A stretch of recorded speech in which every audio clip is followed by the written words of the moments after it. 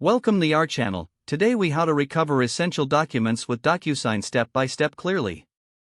Begin by opening your web browser and navigate to the DocuSign website. Log into your DocuSign account using your email and password. Once logged in, you will see the main dashboard. Locate the Completed tab on the left sidebar and click on it. This tab contains all the documents you have previously completed. Scroll through the list to find the document you wish to recover. You can also use the search bar at the top if you have many documents. Once you find the document, click on its name or the View button next to it. This will open the document for you to review. If you need to download the document, look for the download icon, typically represented by an arrow pointing down. Click the download icon, and the document will be saved to your computer.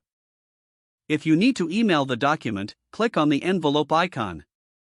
This will allow you to send the document directly from DocuSign. Fill in the recipient's email address and any message you wish to include. Once done, click the Send button to email the document. If you want to print the document, look for the print icon in the document view. Click this icon, and your document will be prepared for printing. Ensure that your printer is connected and ready before you proceed. After completing these steps, you will have successfully recovered your essential document using DocuSign. If the page does not load, refresh the browser or try again in a private or incognito window. Make sure you are using the correct email address, then retype it carefully to avoid small typos. If your password is not accepted, use the reset option and create a new strong password you can check your spam folder for verification or security emails, then complete any requested confirmation steps. Enable two-factor authentication if available to improve account security and reduce unauthorized access risk. After signing in, review your profile details so your contact information and settings are accurate and current.